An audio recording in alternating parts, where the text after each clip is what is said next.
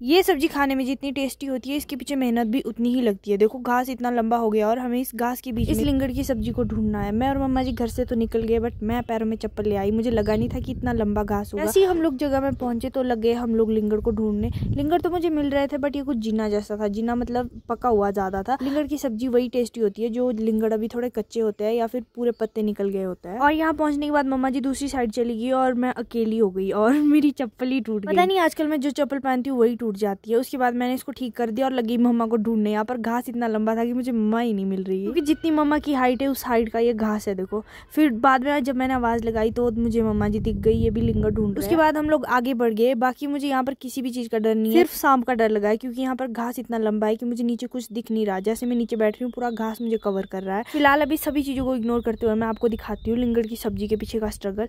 जितनी टेस्टी ये सब्जी होती है ना उतनी ज्यादा मेहनत लगती है इसको ढूंढने के लिए, क्योंकि इस सब्जी की डिमांड बहुत ज्यादा है। हमारे गाँव के सभी लोग यहाँ से आते हैं ढूंढने। देखो क्योंकि बाजार में बिकने वाली महंगी महंगी सब्जियों से ये बेस्ट सब्जी है। एक तो ये ऑर्गेनिक है, ऊपर से ये नेचुरल तरीके से लगती है, मतलब हम लोग नहीं उगाते, खुद लगती है ये। ऊपर से इसको खाने के बहुत सारे फायदे हैं और हमें ये फ्रेश खाने को मिलती है। हमारा बैड लक ये है कि हम शाम के टाइम आए और हमें कुछ सब्जी ही नहीं बची थी। फिर मुश्किल से घास के बीच में हमें इतनी और सब्जी मिली और इसको लेके हम लोग पहुंच गए घर और लग गए सब्जी बनाने की तैयारी करने। किस किस की मेरी तरह ये सब्जी फेवरेट है मुझे कमेंट करके जरूर बताना।